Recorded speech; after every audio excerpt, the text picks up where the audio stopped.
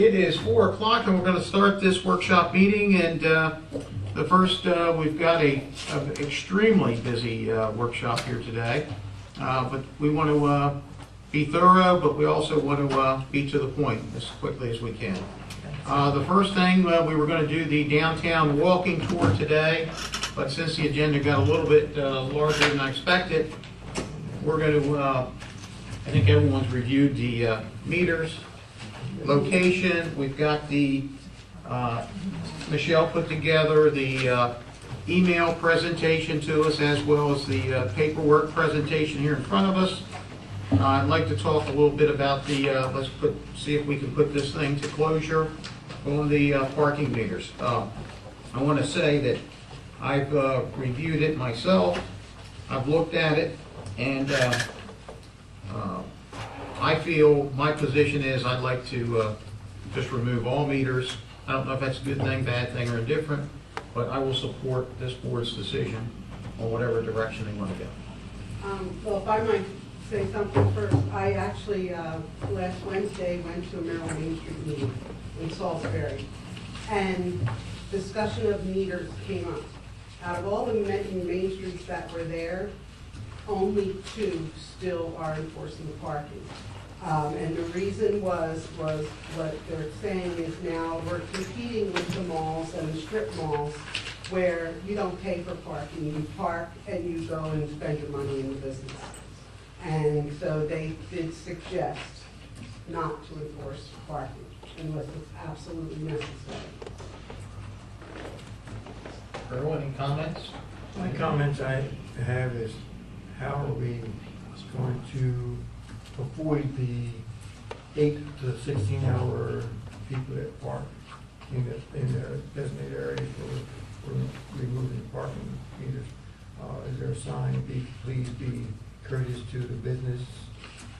Maybe put a sign there, just to let them know that we're doing this not just so they can park there. We want to try to be open to the community so that people can have a little bit more freedom to park in different areas without having to worry about putting money in the meter.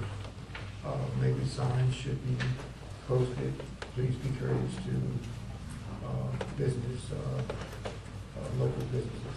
So overall, you're okay with, as long as we could get the message out with signage and so forth. Charles? Good. Personally, I agree to remove them, and personally, I think the sign above that says, 2 hours parking, we hope that people who are parking over that adhere to it.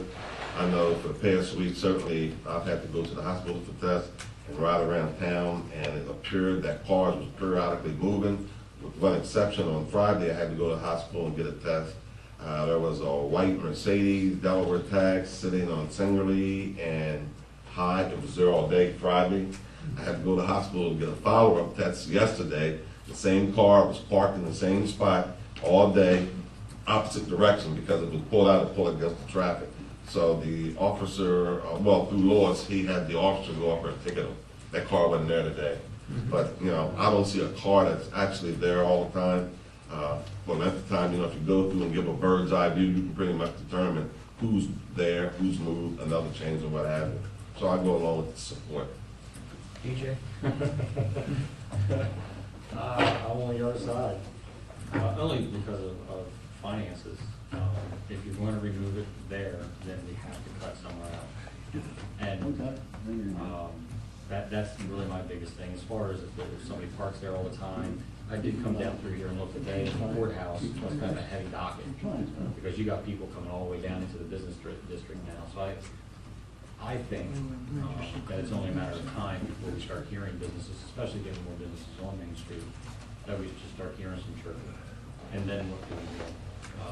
But as far as the fiscal side of it, man, if you cut that out, you guys budgeted $53,000 into last year into the budget as far as the revenue.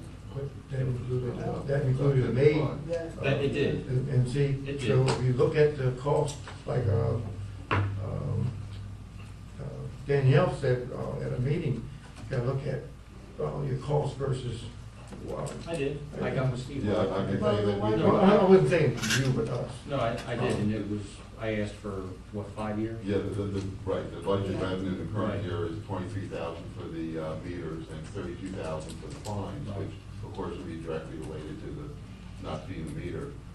One half plant parking enforcement officer is about $14,000. So you have 2 of them that were there, right? So that's 28 grand. 20,000, 4,500. But we only had one for a while, Then- we had two budgets. But if you have 2, I mean, the only thing that I'm saying is if you have 2, then you're talking 28 grand, right? Right. Right. Plus incidentals, let's round it to 30,000. That still leaves $23,000 to the good. After we pay for whatever incidentals, uniforms or whatever those things are. And then if you go back further years, it wasn't 53,000, it actually went up quite a bit, right? 5 years ago, it was like 100. Fiscal year 2009, we actually got between meters and fines, $120,000. That's my only concern. I mean, obviously, I'm on the other side of this, but I'm looking So at, after you add that in, and one piece that I don't think you added was use of the card, the gas being used for, did you add that in there? No. 9-volt batteries are Just using, $2,000. And there's other. because those are certain things that you gotta add up too, because Right, but I can certainly tell you that the revenue did exceed the cost of enforcing it. You could argue how much. And, was this a revenue raising measure or a combination of revenue raising versus a attempt to influence public behavior, parking somewhere on that, so. And even though you have fiscal implications, you can look to see the highway, which I've been to quite often, and Northeast, you see how, their businesses are thriving, and certainly, I guess, whatever you can to help make that happen, you need to give it a try. And I agree with what Charlie just said, because we have 2 new businesses opening right now, we have another new business opening, so that's generating tax revenue for the town, because additional people are coming to town. So, you can put in that as well. again, But I agree, I still agree with you, but. Northeast, Perryville, Chesapeake City, I think that you look at a county seat like Bel Air, and Bel Air has the courthouse, and they have meters all around. And again, obviously, I would get outvoted on this. My thing is there is nothing in the business district to deter anybody as far as a parking meter, because we don't have any in the business district. So if you do Northeast, there's none in the business district, well, we don't have any in the business district up here until you get to the courthouse, right? And then up and around.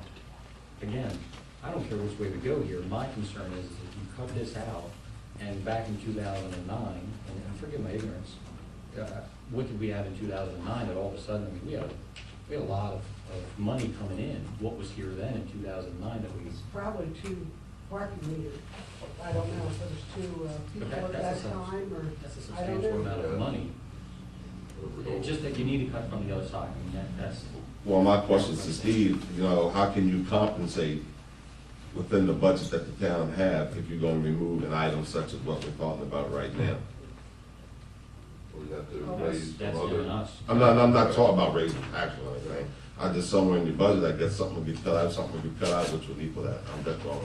Well, I can tell you that there will be a net loss in revenue if we take away the expense of not having the officer or officers enforcing the parking and the incidental expenses to go with that. You still have an amount of revenue in excess of the expense, so overall it'll be a net loss to the town. And where we've been made up is, their decision. I would say that and it is a major concern about the revenue that we would be losing. And my other concern that I had,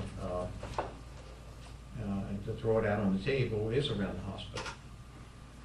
I think that there's an example of whether it was a doctor or a person coming in to visit someone at the hospital, but there is a need for those spaces to be rotated around that hospital fairly often. And I think the lady from the hospital actually kind of made that comment to us that day. I don't know if there's a win situation or a lose situation, whichever way we decide to go. You're absolutely right. There's not a parking issue in Elkton after 5 o'clock. There's zero. There is no parking issue.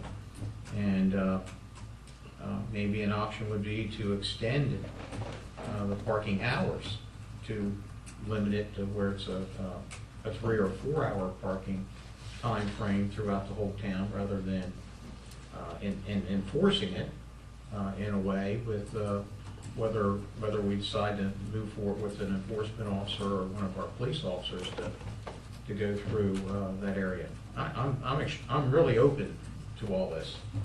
I really am. This parking, it's a no-win situation with parking meters. And I just would like to, I've heard businesses tell me that ladies that go in to get their hair cut, get a perm, it could take them 3 to 4 hours to get the perm and color. They came out, and not only did they just pay $125, whatever the cost was, they just got an additional ticket on top. And the same thing with the tattoo parlor. They had said that those works of art take hours to get done, and the worst thing that you want to have is you just spent several $100s, then you come out and you get a ticket. Now, saying that, we have plenty of municipal parking in the rear. That's what's gonna be my next question. I'm glad you brought that up. We have a lot of parking in the rear that we could, and maybe it could come back with signage.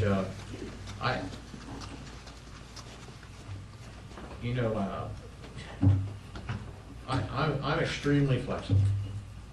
I've said my opinion on it, and I don't know. I don't know what we're missing from a discussion standpoint. I mean, revenue is extremely important. The work around the hospital, signage if we do remove them, and do we have enough input in that we've discussed right now to make a decision at the next board meeting? What impetus would there be to have me or any one of us, if we're driving in Elkton, to go to the parking lot behind Stanley, the municipal parking lot? Anybody got any ideas? Say it again. What impetus, What makes if I come in, to go there and park? I know people are creatures of habits, and you want to park close to wherever you're going. But then sometimes if you think you're going to be in a beauty parlor or a barber shop, you would park there. You might be in extended stay at the hospital. You might want to park there and then walk out. But I'm just saying, what would implore us to park there?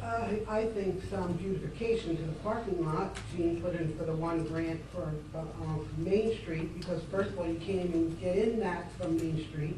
You have to go around the north and go down an alleyway that not many people know about. So that's why that parking lot is not really used. And the signage, it says municipal lot. So I think someone had said it around the table of it, free parking Free lot, parking. because they don't understand municipal lot. Is it for the municipality? Is it for, so. And we free have those parking. signs. I mean, so it's, yeah. But it's not free right now because the meter is there, so. In the municipal lot, in the back lot's free. Yeah, Howard Street. Yeah. Howard Street. Oh, I thought you were talking about the 107. Oh, no, I was saying that you can't get into, but the other one doesn't say free parking. No, It but says everybody knows. Yeah, it's all free. Everybody parks there. Well, if you're coming from another town or something, you don't know, and it's not very attractive, landscaping or. Probably And people the that lighting, come we from that discussed town the would go to that lighting. parking lot and walk to. Could you South designate Street, a they business just- district for the, could you designate an area that we could not enforce parking? Sure. I think, What's the question? I think, I asked Mary Jo if she could designate an area in that business district that we wouldn't enforce parking. Why don't you just do the whole business area? yeah, I mean, So what is the business area? This is what, that's why he's saying the question. Mhm. it What- would be from the Main courthouse. Street, North Street. Well, it's already defined in the Uh, comprehensive plan. It is defined. So it's not something you get that, And it's now it's actually the defined. town center. Yeah. in the comprehensive. And then what, if you put signage up, that says for But I patrons think only?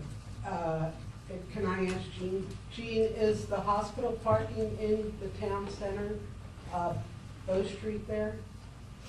Yes, I mean, the town center is pretty large. I think Yeah. it's 213 to probably the South Street. Right, it's maybe like beyond South Street, side, and yeah. from the railroad tracks down.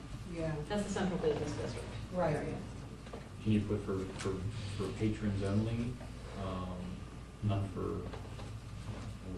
No, we could- We would never know that. Who Yeah. would know? I think maybe if we put a friendly sign, be friendly to your business owners. But if someone's coming to court, they're gonna pull in there and just do their thing. Well, that's surprising, because I usually hear from the Arts Council or someone down at the courts when we do this, and I haven't heard anything this year. I don't know if John's heard any complaints over there. I mean, the street there has been parking. Yeah, I noticed there's been more available parking along Main Street. Even up that end. Would a compromise be for our merchants and to give it a try to not enforce parking on Main? Not enforce parking on North? Not enforce parking in our municipal parking lots? And then everywhere else? Only catch there is right into the holiday seasons where we already usually said cover. for the Yes. holiday. Yeah. Oh, We yeah. already Holiday, said for the yeah. holiday. And we're doing a trial, it would be a good time if we started just 3 months ago, but right now it's just a bad time to. I wouldn't want to make any changes to the first of the year anyway. Right, I agree. Yeah. But even so, the decision we make now is still gonna affect us after the Christmas season. Well, that's something that, I would be fine with that. If it was no parking meters in the business, yes, Gene? Would you want to survey the business owners maybe? Do you have a pulse on that? I think it was Well, all I over the think- place. Yeah, because Rob attended one of our merchants meeting, and we had a very. It was a large crowd, large and there was crowd. 18 different opinions. Yeah, Very similar to The me. biggest problem that that patrons was the limited parking as far as the 2-hour parking, was that the biggest issue? yes, because now that we have a lot of art venues, they're doing art classes that are 3 hours long, and by the time they set up their things, clean up, like the pottery place, they have 3-hour classes. Howard Page is now having classes, we have a new studio open up that's gonna be doing jewelry classes, so they don't take just 2 hours. So that's. Would that alleviate the problem, just getting rid of the parking enforcement in the business district? Yeah, I mean, I think that would think be, it would. I'd be fine with that. What was that you said? Huh? What did you just say? That would just eliminate the 2-hour parking in the business district.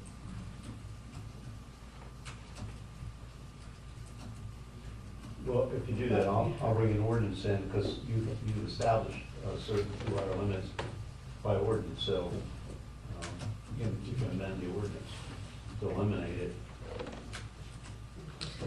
Uh, I mean, is that Fine, doable? I'm good with.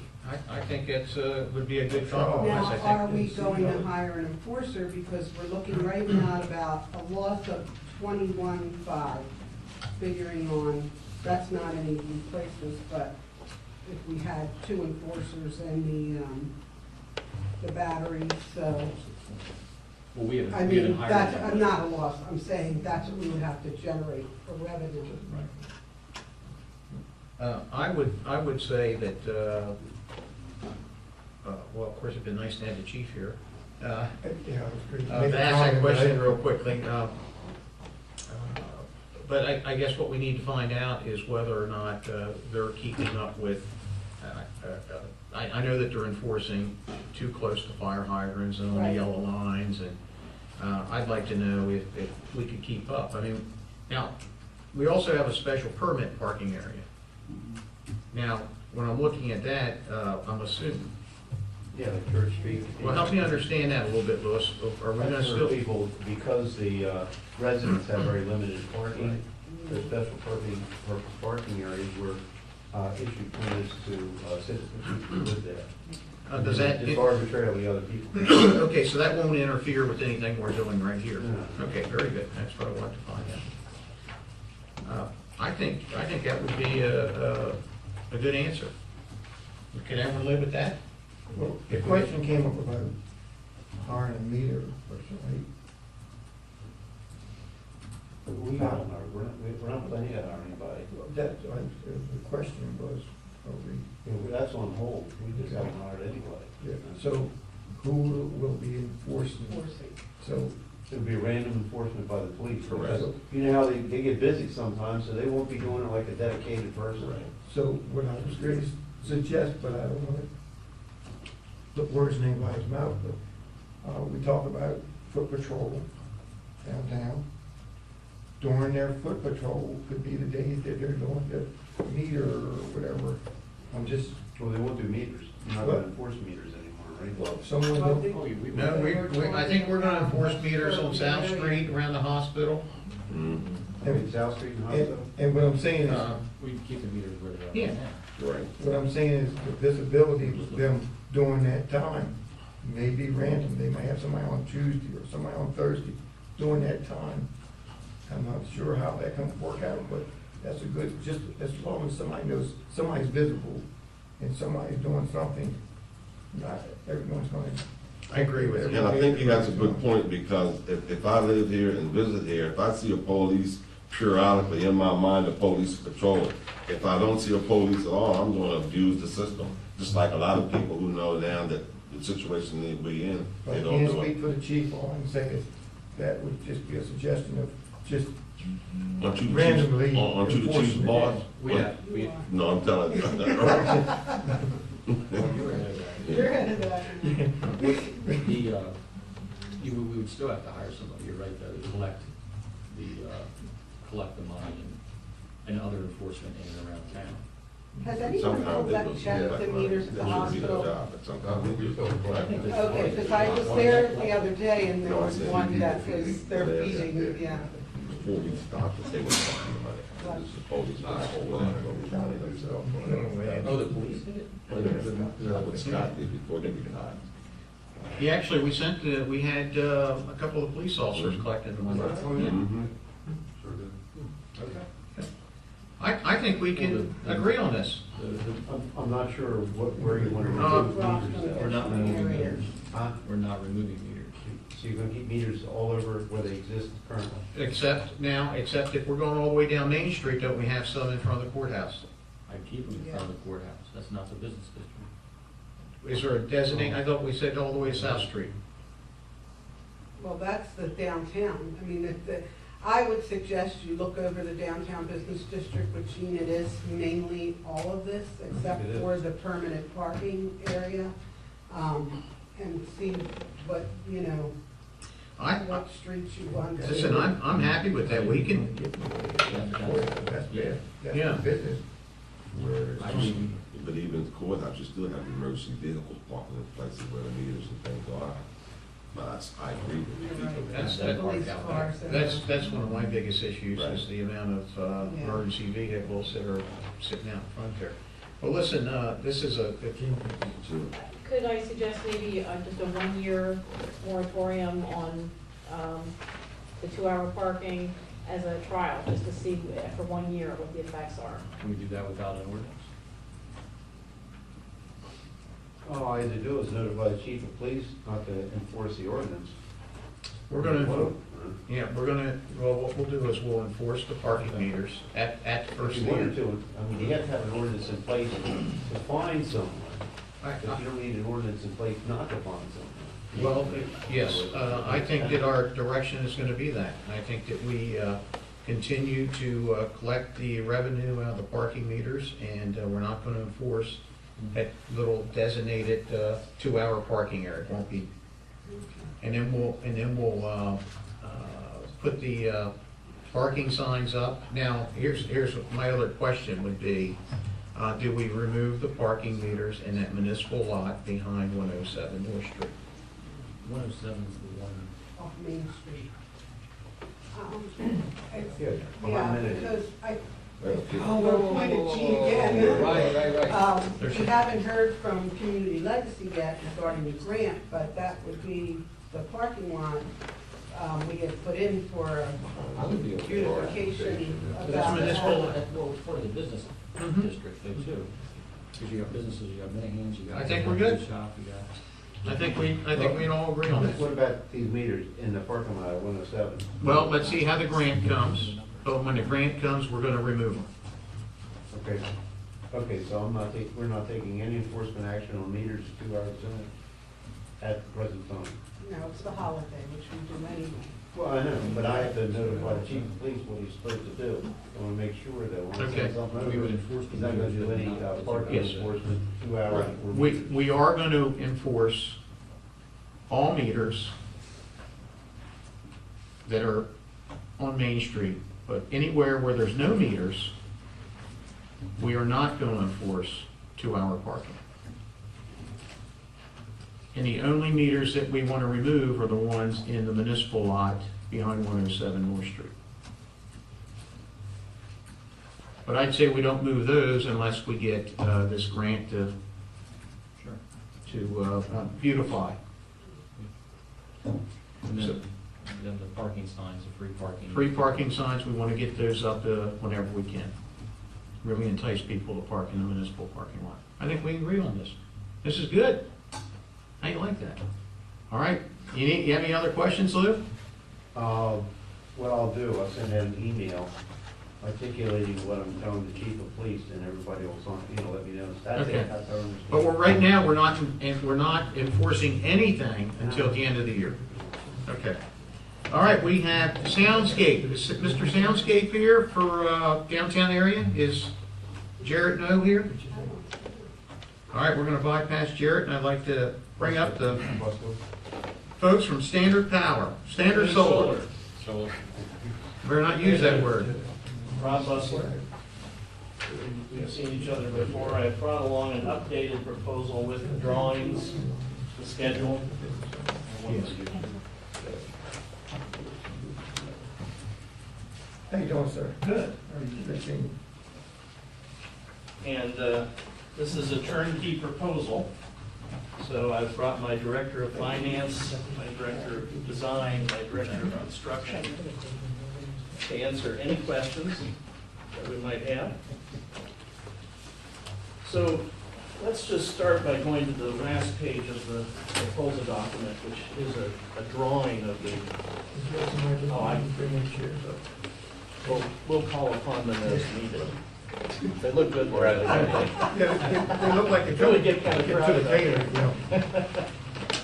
They drove along with it. All right, very good. So this is a 2.22 megawatt proposal on the maximum land area that's available, according to your staff, in terms of deciding exactly what we would do. It would produce more than 3 million kilowatt hours of power in the first year. And we would intend to enter into an agreement with the town for a power purchase agreement for a 20-year term at 7.5 cents, escalating at 2 cents. So if you go back to the first page, unless you want to ask some questions about the location of the facility. At our last meeting, I think in late September, early October, we had met with the staff regarding the current cost of electricity on meters. You may remember we had there are a lot of paperwork in terms of all the accounts. But we were able to take a look at 4 appropriate meters and do an analysis of what we call the solar offsettable rate is for that particular meter. And what we assessed was that the least expensive meter of those 4 that we looked at generated an offset of 11.66 cents, or 11.5. I'm not looking at the number right now. And the highest was 12.66. So on that first page, you'll see that there are 2 pretty large numbers. There's 122,000 up to 155,000. And that gives you the range. If you took them all at 11.5 or all of them at 12.6, that gives you the range of what the savings might be. Now, what we would do after we enter into this agreement is we would look at all your meters, because we assume that there are going to be quite a few smaller meters that probably are even more expensive than these particular ones are. And we'd want to use those first to make sure you're getting the biggest bang for the buck. So everything is compared against that 7.5 cents to start.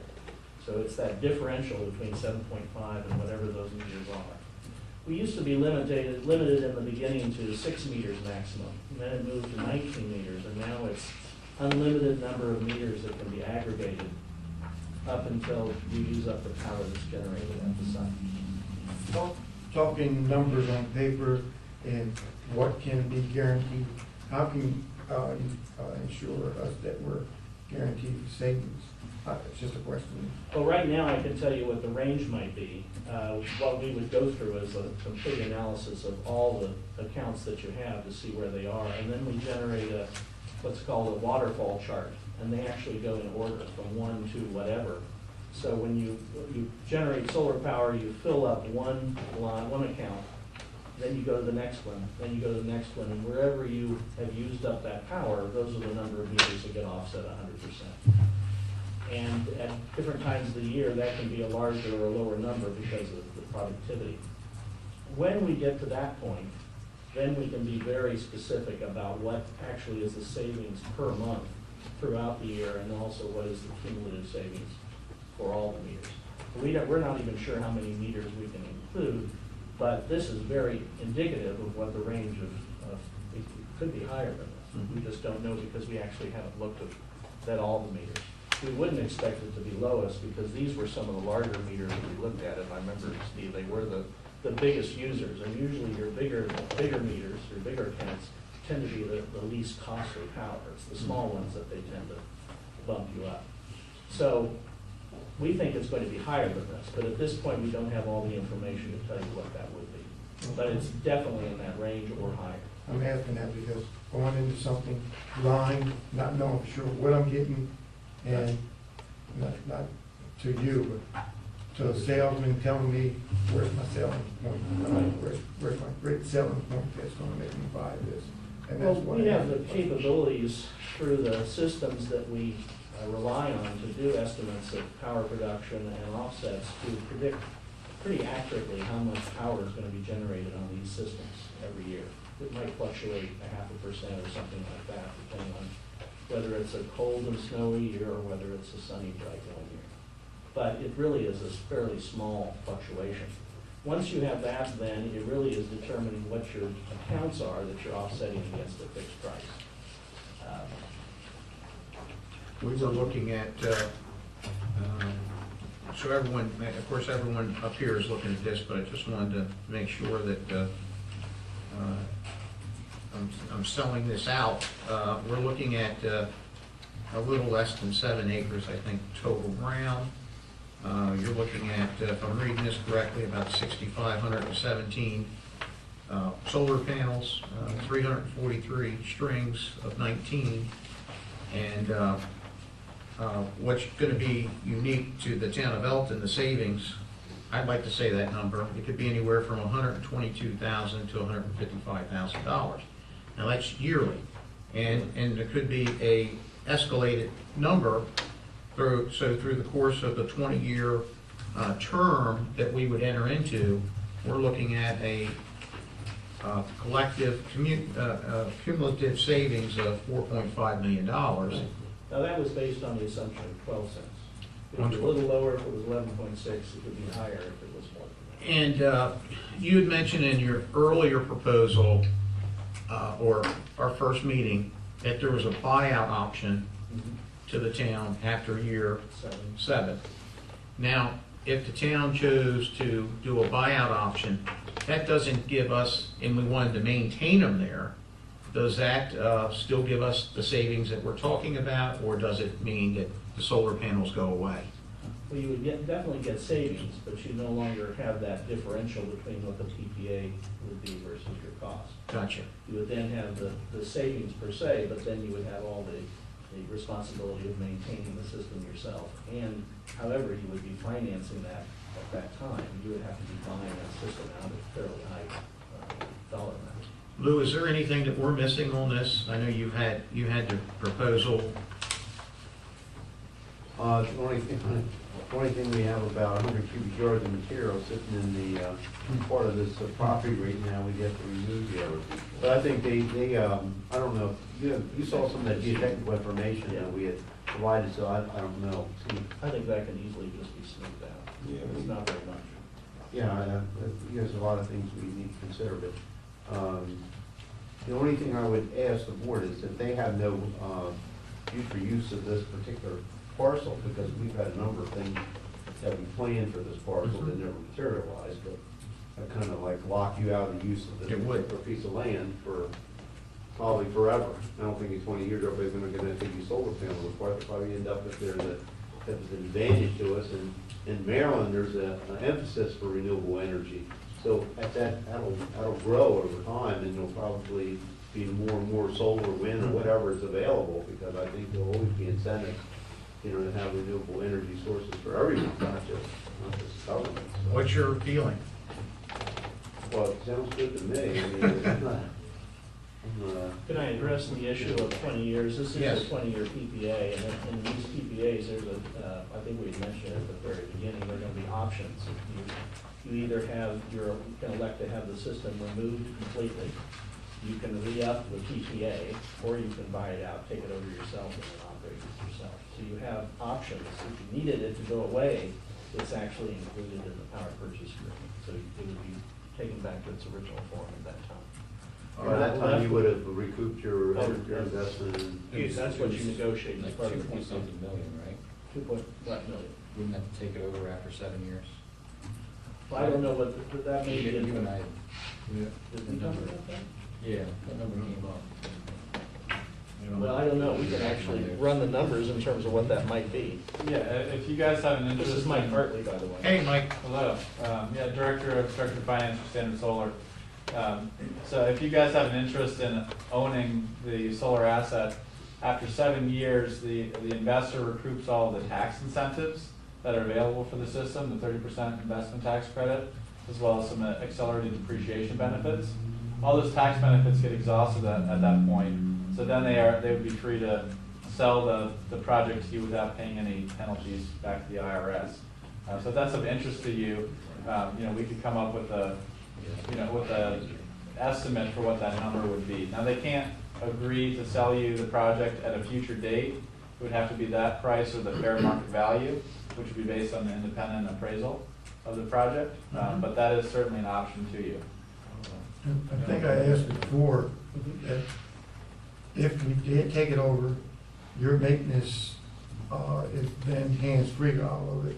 But then what do we have to do to maintain that? Remember you said there's nothing really you have to do to it, but there's got to be So something. there are if things you're- that need to be done to it in terms of checking Cleaning that it's it. operating. Thus, it can be cleaned once a year, but typically, from an O&M point of view, and I don't know what this 2.2 megawatt, go ahead, CJ. 2.2 So from an megawatt system operations is. and maintenance point of view, we put in a relatively sophisticated automatic data acquisition system. It measures the amount of sunlight, what the weather is, temperatures, how much energy is being generated by the system, powered any moment in time, and breaks the system up into small pieces and collects data on it. So our operations and maintenance agreement will be with the financier or the owner of the system over the long-term power purchase agreement. If the town were to choose to buy it out, you could choose to sign a contract with us to continue to perform the same operations and maintenance services that we provide to the original owner, and we'd be able to tell you approximately what those costs are now if you were looking at a budget, because we know what we're going to charge the other owner and what the escalation rate is on those services. But basically, it's mostly keeping track of what the system's doing and then doing preventative maintenance through checks and reviews of the system every year to make sure it's still operating and functioning the way we expect and everything looks good. And then if there is a problem, we go ahead and correct it. But in reality, there's little that needs to be done actively to keep the system running in the long term. It's just that things happen, and if nobody's watching it, it could have pieces of it down for long periods and you're not making any revenue. I asked The that- biggest, sorry. I'm not even gonna say the biggest cost, it's just the regular maintenance of the grass. Oh. Which is kind of. I had that question because I was wondering if, once we took it over, if there was a training that you was going to do for somebody in order to maintain it. That's the reason why. I was We would- asking. It could be done, but more typically, the contract for operations and maintenance would be just transferred from the financier to the new owner with usually the same provider.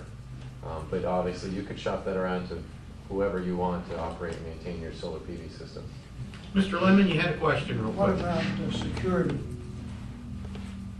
Is it fenced in? or- The system will be fenced by a 6-foot fence. It will be completely fenced.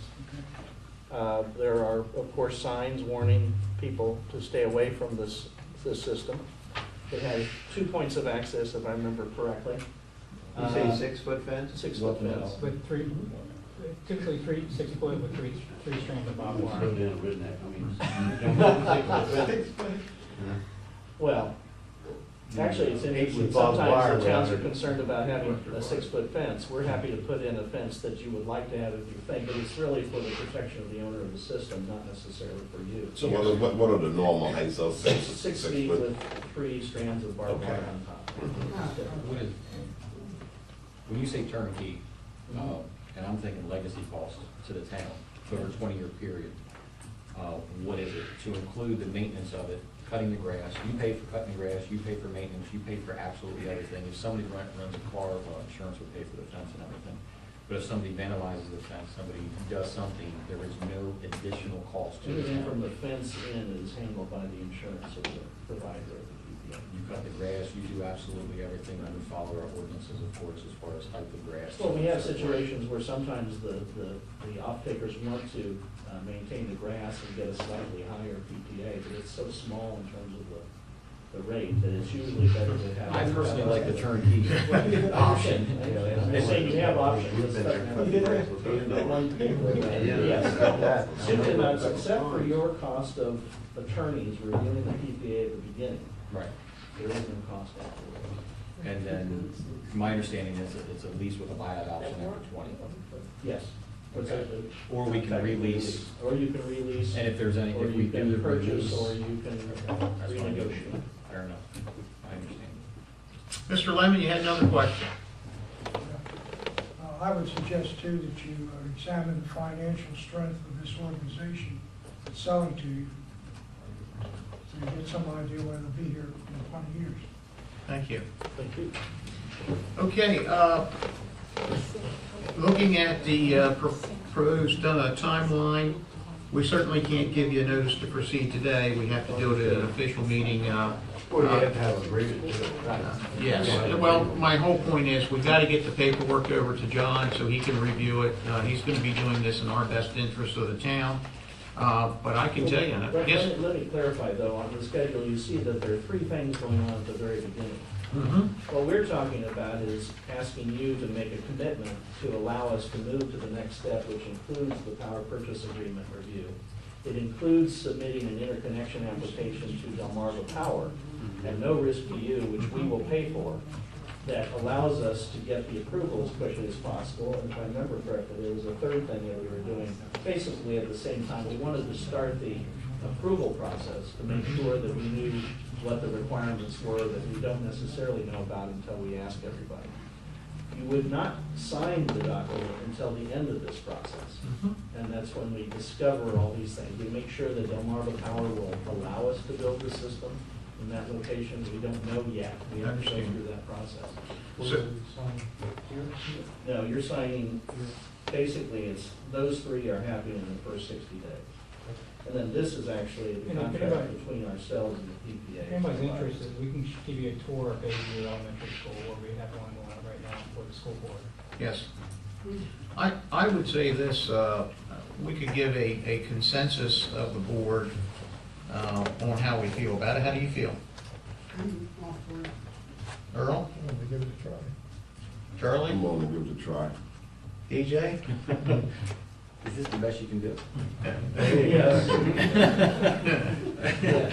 Those are very, very high savings levels. I don't disagree with you, but, Well, let's go through the process, because when we get to know all the details, then we'll really be able to commit to the numbers.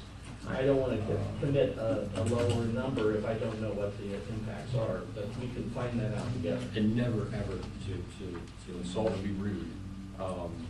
But it's not, it is part of my money since I'm a resident here, as long as everybody else. But there are definitely competitors out there, and I don't want to waste any of your time at all. That's why I'm asking, is this the best that you can do? Is it something that we should shop around? Is it something that we shouldn't shop around? And you're spending a lot of time and effort in this, so I I'm have discounting spent quite a lot of that. time in You there. have.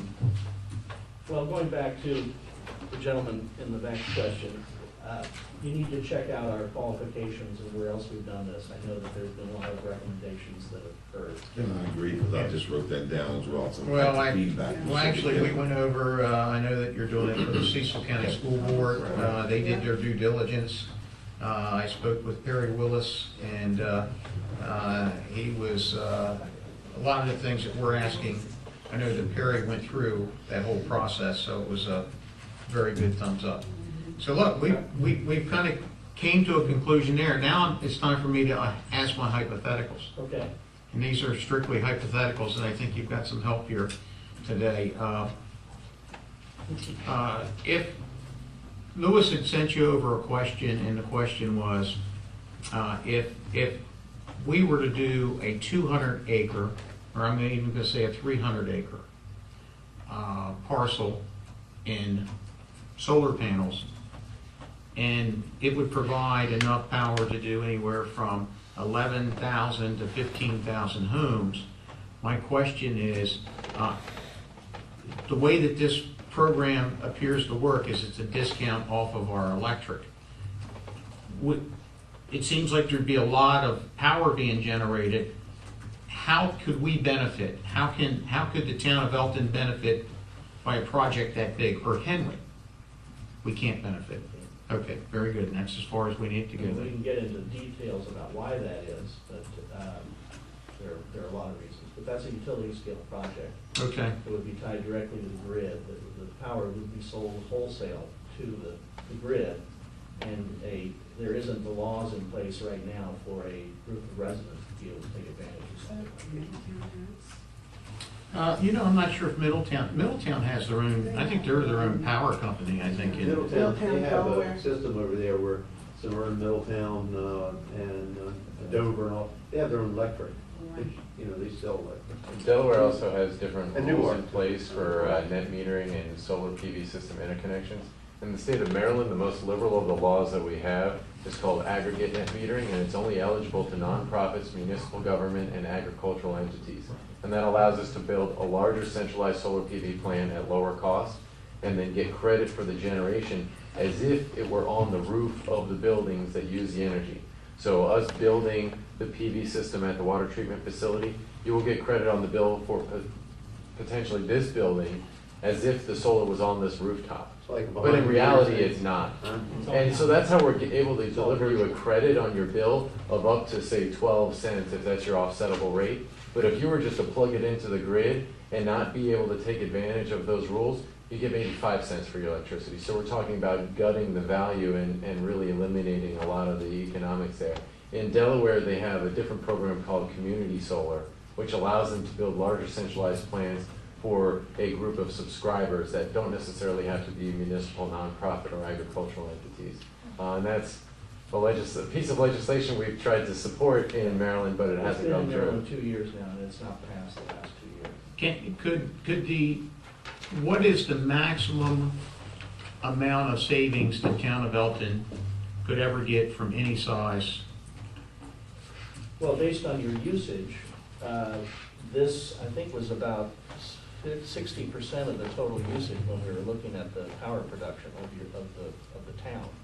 So you're already offsetting a very large percentage. We could build another system in another location and then tie in the rest of your meters to that particular location.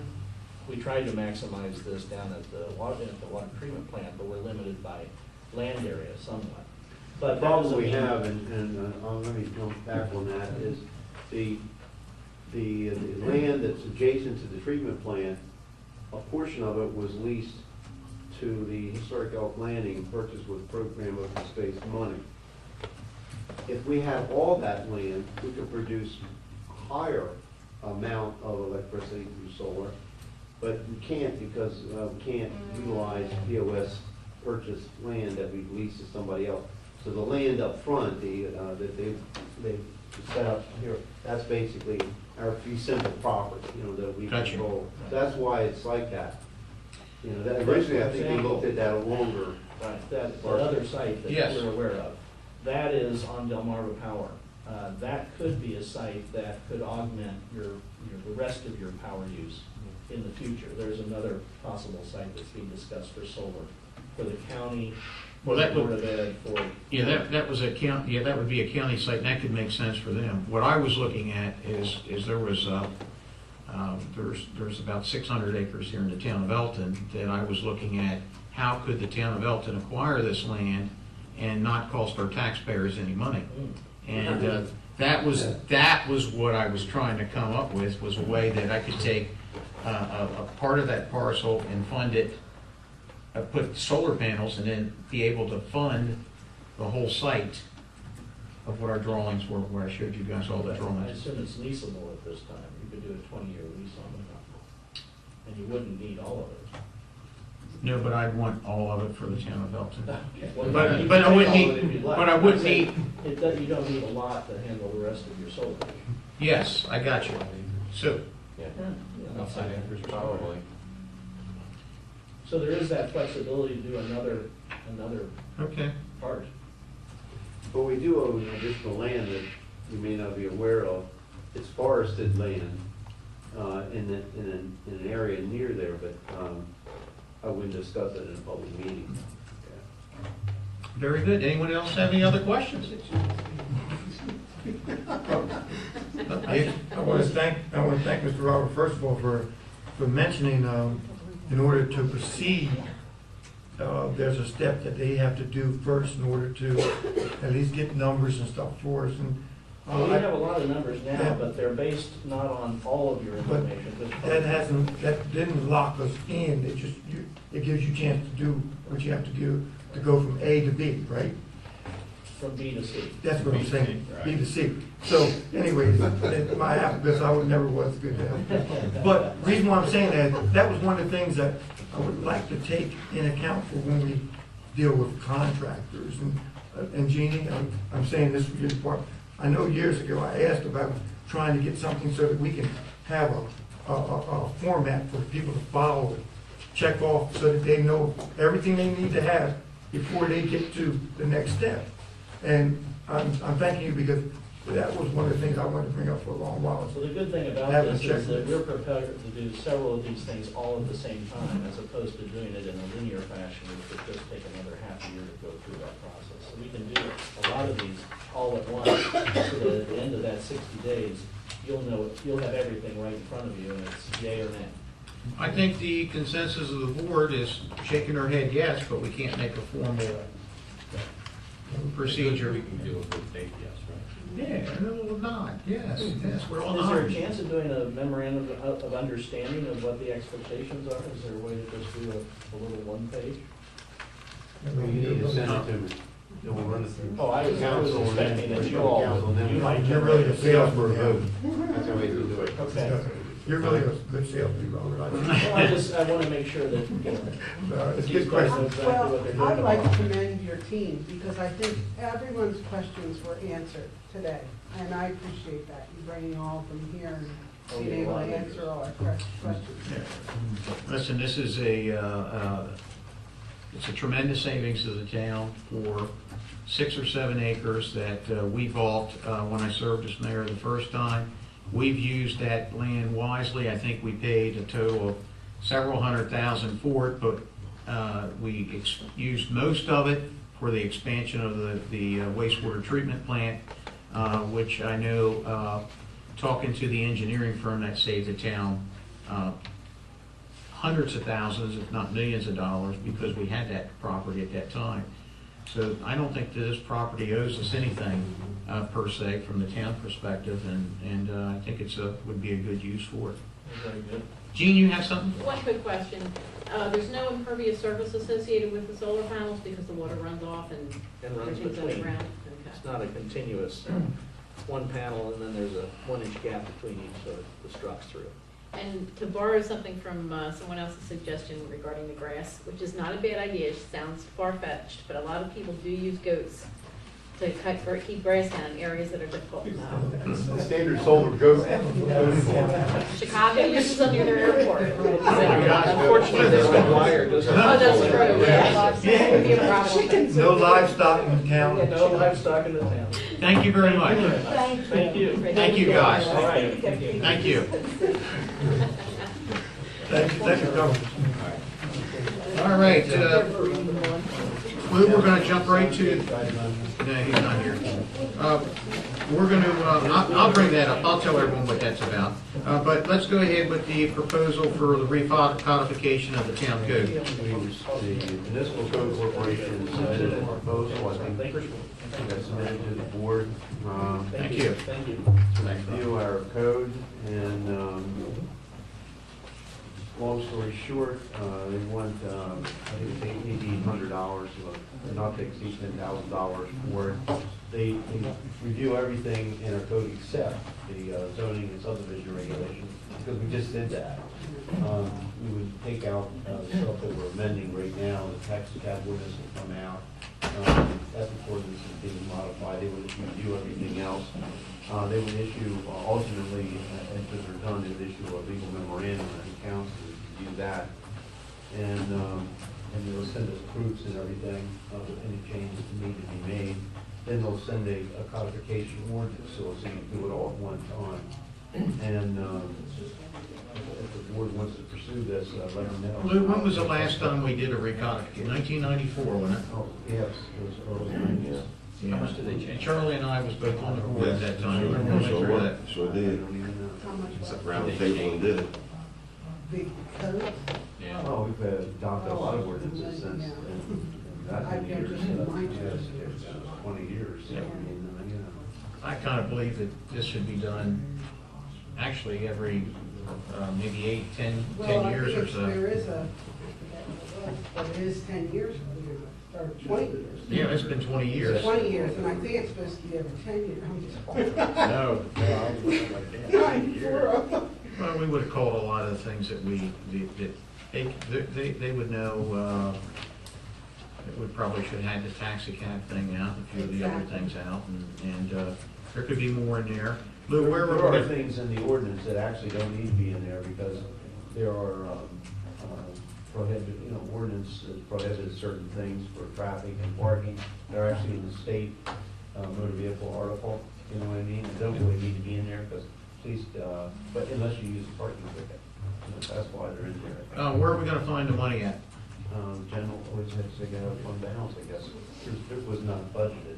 We had to take out of fund balance. Do we want to, well, I'm gonna ask the board here, if it's an unbudgeted item, it would have to come up that, right now we have in the fund balance, what do I have? 4.1 on sign coming in, but, well, 4.1 at June 30, 13, we're gonna have the audit yet for. And we're looking at a $10,000 package here, Lou, are you saying? Well, it depends on how many hard copies you want. They'll, actually what they do, they'll put it online for us, once it's done, but we'll have to have some hard copies too. And, I don't know what the bottom line was, to look how many subscribers that we have, we want hard copies. I assume some of them, like the courts and things like that, some attorneys have them, but a lot of people go online now, so we may not have as many hard copies. John, I don't know that. you had a comment, John? Yeah, I got the proposals forwarded, but I think I got it, maybe just when I got back from vacation, so it was right, maybe Sunday, I looked at it. One of the things that they appear to be proposing is a searchable database that we could load to the website, so that somebody can go in and search. Which is good. Yeah, it is. Yeah. You don't pay for it. And as long as you understand you're gonna pay for it, it's a legacy cost, it's gonna be a monthly and an annual fee for all these kind of things. And that's one of the things, it's kind of an insidious kind of a thing that when you start having something searchable, then it's subject to ongoing updates. You change something, It's not a PDF. it's not, well, It's $9.95, I think, annually, first year no charge, but for code on the internet, for bank, code bank, and then it's pro. These are different, how they'll include the searchable. I think it's gonna cost us $1,000 or something. Versus having a code just published as a Well, PDF document. I was gonna say, we could do it ourselves. Yeah, I'd say- and I think that might Once be the it's better written. approach, because it's not Probably, $1,000 because it's not that a year. elaborate Right. thing, it's not like Right. you search in the state. And we've done it before. But if you had it searchable, then you're going to want it to be constantly updated. They're going to be constantly updating. It's a constant update that's going to cost you. I don't think it's $1,000 we have to spend. No. So would everyone, so we'll ask Louis to prepare a budget amendment, or Does it need to be done before we do next year's budget? Well, when are you looking to do it? Well, that's the other question. Do we want to move forward with this now, or do we want to wait until July of next year? I'm okay any way we want to go. What's in the seasonal funds? I mean, You don't want to use police funds for that. You can only use police funds for police, right? Well, you use it for what you want to, but I don't think it'd be appropriate to take, stuff like that. I think you ought to use it just. Well, we've been questioning several codes. You know, we want to now look into election, and there was a couple different things we wanted to do. John's actually working on the election. No, that's a great start. So if we could do it now, I think the timing is right, and it is 10 years. Next year it's going to be, or 20 years rather. Do we do that? Do we do the changes that we want to do to the election and stuff, and then send it to them?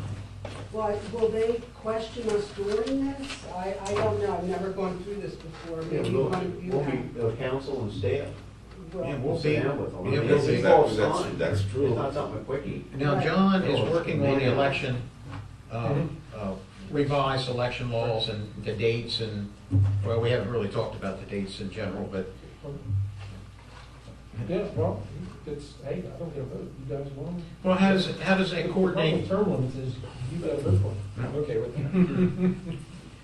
How are we coordinating that with you? How will this work if we move forward with this? I think Louis was just explaining. We'll set up a teleconference. They're from Florida, so we're not gonna pay $1,000 for them up here.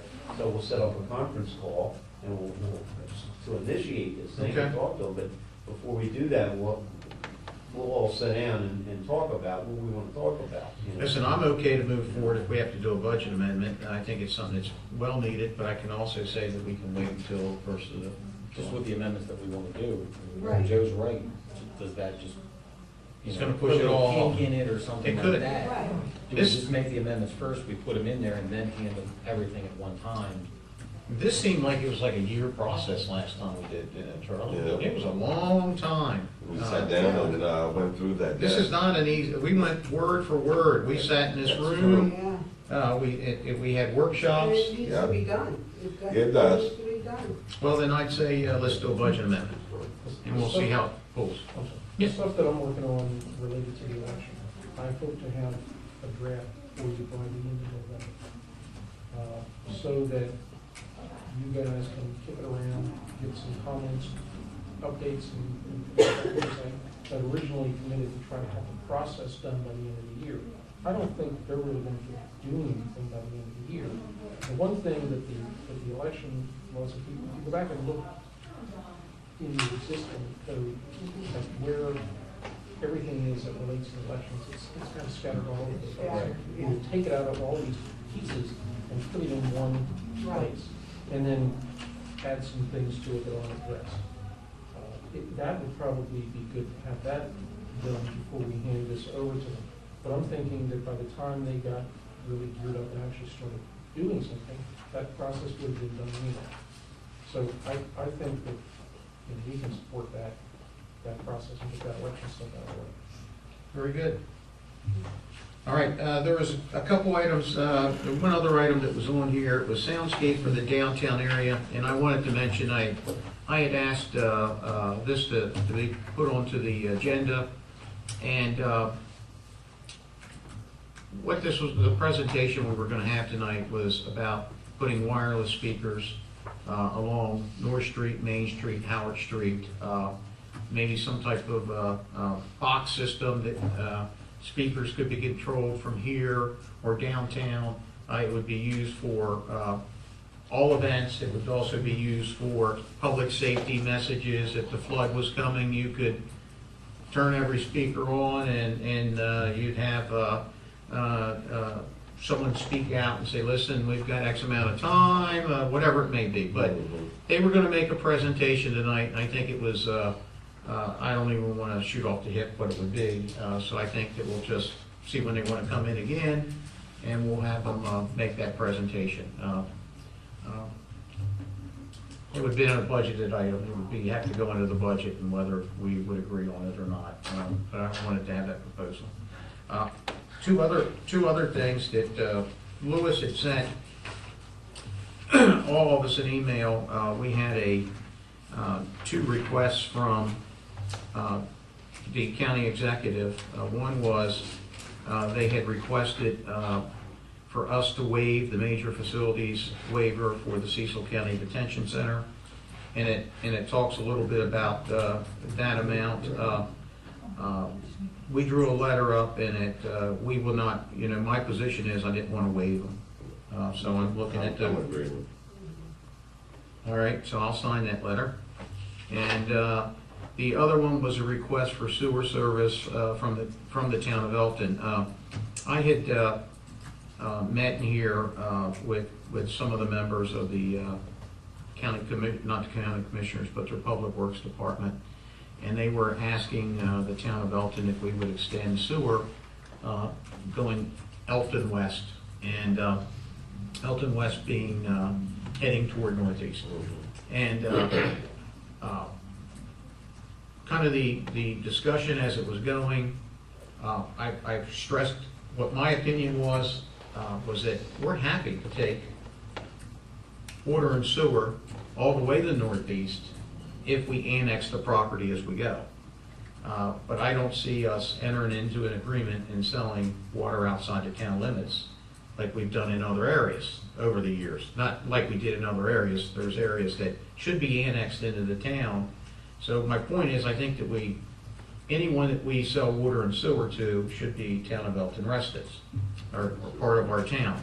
I will also say that, real quickly, that Artesian has the franchise agreement for the water heading that way.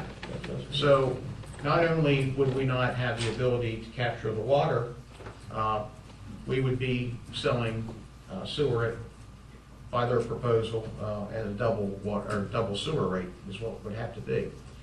So if we do that and business starts to boom on Route 40 heading toward northeast, what we're doing in essence is the commercial properties that we have within our town,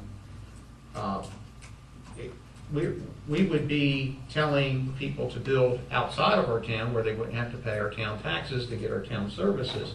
They'd be able to get water from Artesian, they'd have sewer from the town, they wouldn't have to pay town taxes. So my opinion is, based on what they're requesting,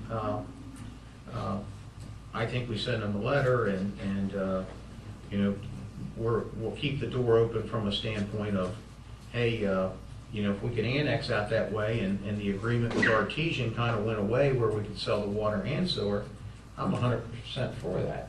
But the way it sits right now, I don't think there's any benefit to our residents of our town of Elkton. I don't see how we're, as much as I want to work, I just don't know if we can, we would lose our ability to encourage businesses to come into our town.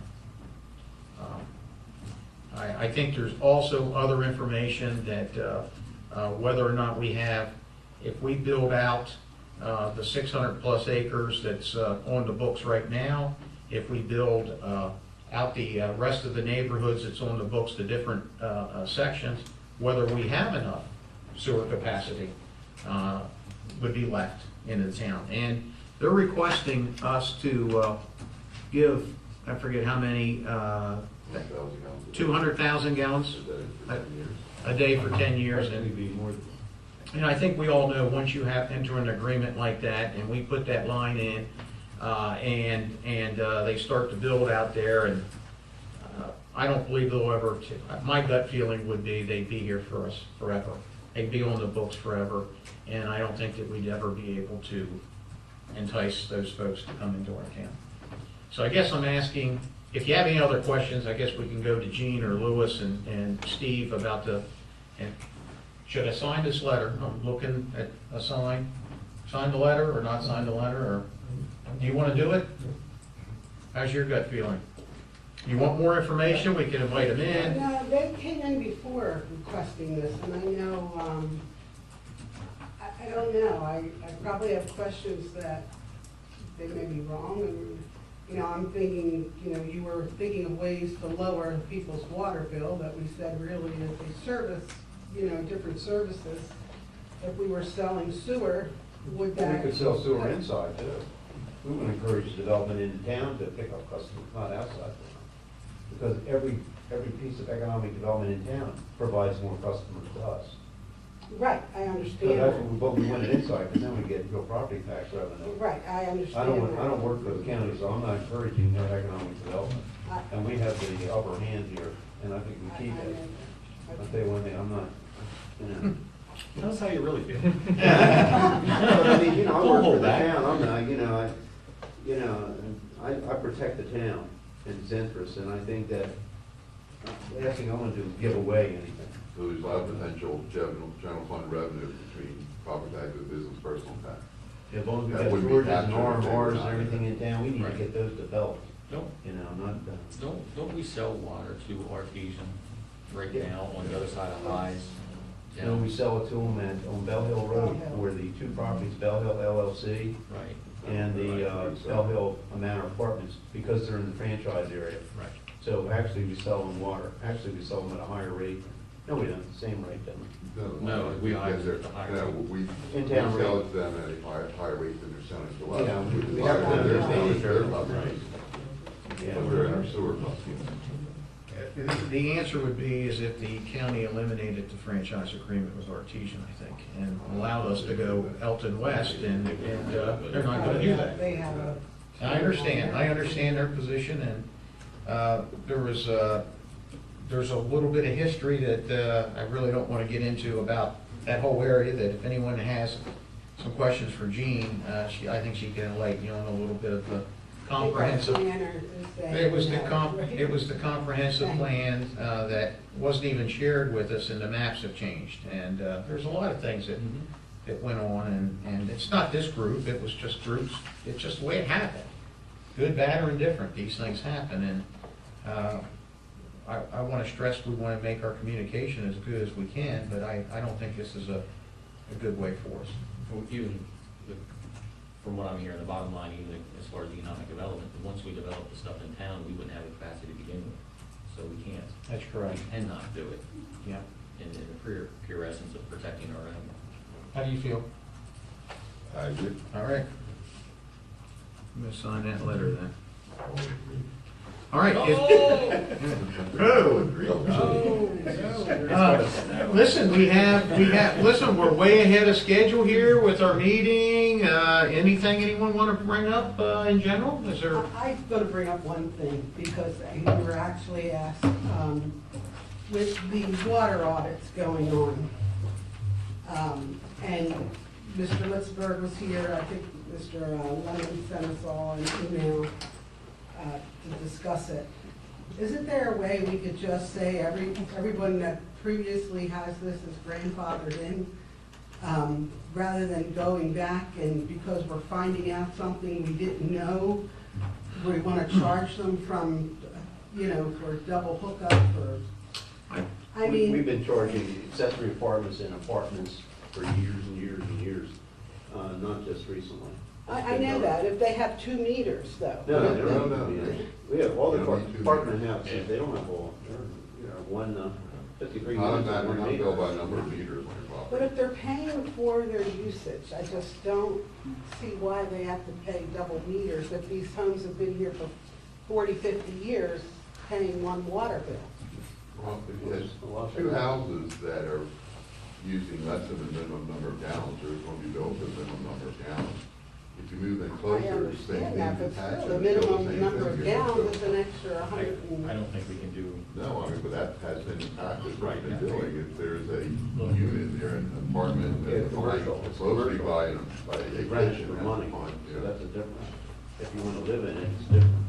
But if you sell it. What if it was their mother-in-law or mother-in-law's? If it was just, I mean, it's if just, it's just a bathroom added or something, that wouldn't trigger an additional unit, but when you add a kitchen, that basically, and Chip would better speak to that than me, that triggers as an apartment. Now, we have it scheduled for the next workshop, don't we, Michelle, or what do we have?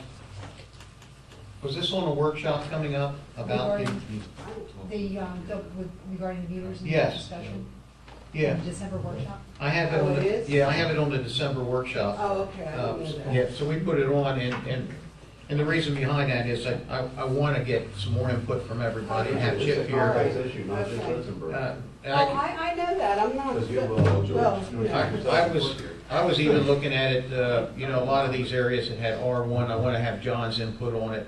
If you have an R1 with 1 meter, maybe there's some changes, but we also have to know how it's going to affect us from a revenue standpoint. That's the big thing, and that's why we Well, want to yes, do and that's anything. why I was saying the ones Yeah. that have been for 40 years paying through the 1 meter, their water But again, bill. it's not the meter that determines how many units they're being built, it's not the number of meters. It's the units. It's the Okay. units. I understand that, but they've still been paying for their for two. usage. Right, Right. It's Okay. not a double bill. right, but it has nothing to do with the number of meters on the property. I understand that, I really understand that. I think what we'll do is when we have that workshop, we'll bring all that up, because I know there's going to be a lot of questions and comments, and I'm going to try to have us enough experts here to go one way or the other, but And figure out how much water we're using and losing, and then we redo it so what you pay for what you use. Well, the state is asking for an audit and where the water is, Right. not actually paying to charge for this I thought water. it's good too to know how much water you're on. Yep. With the churches. Using, and losing, the- yeah. Then the problem is, if you get rid of those things, then there's the cost associated with that, then you'd have to raise it up. I mean, that's, I mean, there's gonna be some upset people on either side of the fence on this one. Oh, I know, I just, anything else that we need to talk about? The only thing I want to mention is I sent an email to the board about the investment policy statement that I want to bring up on the 19th.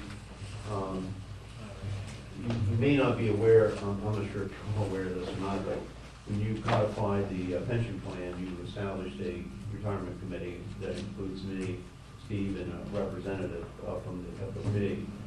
Our first retiree is Canower, but one of the things that we're running into, a problem that we've run into for some time, and delayed is my fault, is that we don't have a really good investment of our trust fund, which is about 3.6 million, but we need to get, for the actuary, about 7.5% overall return on that, on any investments we make.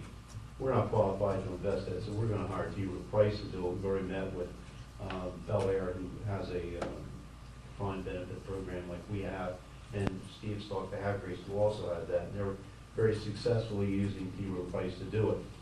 But in order to enter to an advisory agreement with T. Rowe, we actually need to have a policy statement that defines the parameters under which we will set forth our assets, or how the assets of the plans will be set up. And we've got that advice from them. It's been incorporated into this policy by counsel, Paul Madden. And basically, I need the board to approve it in order for us to move forward with our advisory agreement so we can get moving on this money being invested. If we don't get our return, we're in decline. The principal will decline because we're paying out between fees and our retirement amounts and everything else, we're losing money. So we need to turn that around. Why wasn't it set That's up? what we're doing. Huh? Why wasn't it set up this way originally? Well, for one thing, it was initially set up, there was a elongated period which we're waiting for the IRS to give us a private letter ruling to move the money out of the nationwide plan that everyone was previously under, all the police were previously under, into the new pension plan. So it sat in the nationwide 401A plan for a while before it was moved into the pension plan. It took It took almost 2 better years part of- for IRS to get back to us on that, Yeah. on in other words, it's deferred, the tax No, I get deferred. it. And they have to actually rule on that, and believe it or not, it takes a long time for them to rule on it. And they finally did rule on it, and we got a private letter ruling, and the 401A assets, which the police all had to sign off on, Right. have been transferred there. And basically, it's all sitting in M&T or Wilmington Trust, and we need to get that, we need to get the investment moving on it. Do you have 135 of what the returns are for Bel Air and Happy Grace? No, but they But they have to made say close to 7.5%. 7.5%. Is that what it's been? So They've been doing very well. That's why we went On the for splits that you put in there as far as large, small caps, and then high risk. Yeah, that Same was, splits. he's got a Actually, proposed strategy, T. Rowe Price, actually. Actually, they have a percentage of the asset allocation policy for equity, fixed income, and cash equivalents. And the reason this is set, of course, equity would be a long-term investment, but the cash equivalents and fixed incomes would basically balance out, moderate risk. And we need some liquidity because when somebody retires, we actually get to have money to pay. And when you have cash equivalents, you can cash it in, get the money back quickly, and then use that to pay your thing. And 10 hours are only one drawn right now. Right. And of course, I think they have small, medium, and large. Yeah, they have large market capitalization on these companies. Depends on how big a company are. So they have large, mid, small, and international caps for different companies. So we don't know what the companies are yet. They have to choose them. But I think the most of the money would probably be in mutual funds. I read it and understood it, I was just making sure that these are the same things that $7,000 they're having rates Yeah, they- doing, I and the think- returns are exceeding, and it was net 7.5, right? And I think most of Yeah, that net evaluations 7.5. are usually kind of standard, 7.5% for most defined benefit plans. When is the bargaining agreement coming up? When are you, when You mean the we? advisory agreement? Yeah, oh, well, when is the contract end with the collective bargaining agreement? I mean, You mean when- with this? With the police, So yes. they- 2017? I think, yeah. 2017? Well, but your But this is pension is separate, codified. Yes, yes, That will never end. that's correct. Now, my question is, has there been any, starting any conversations with the FOP at this point? Even though we're still After several. wages and things? Yeah, I It's just, a little bit premature for that, I think. okay. I can imagine that they probably want more wages. There you go. Too much count on that. All righty, thank you. Meeting closed.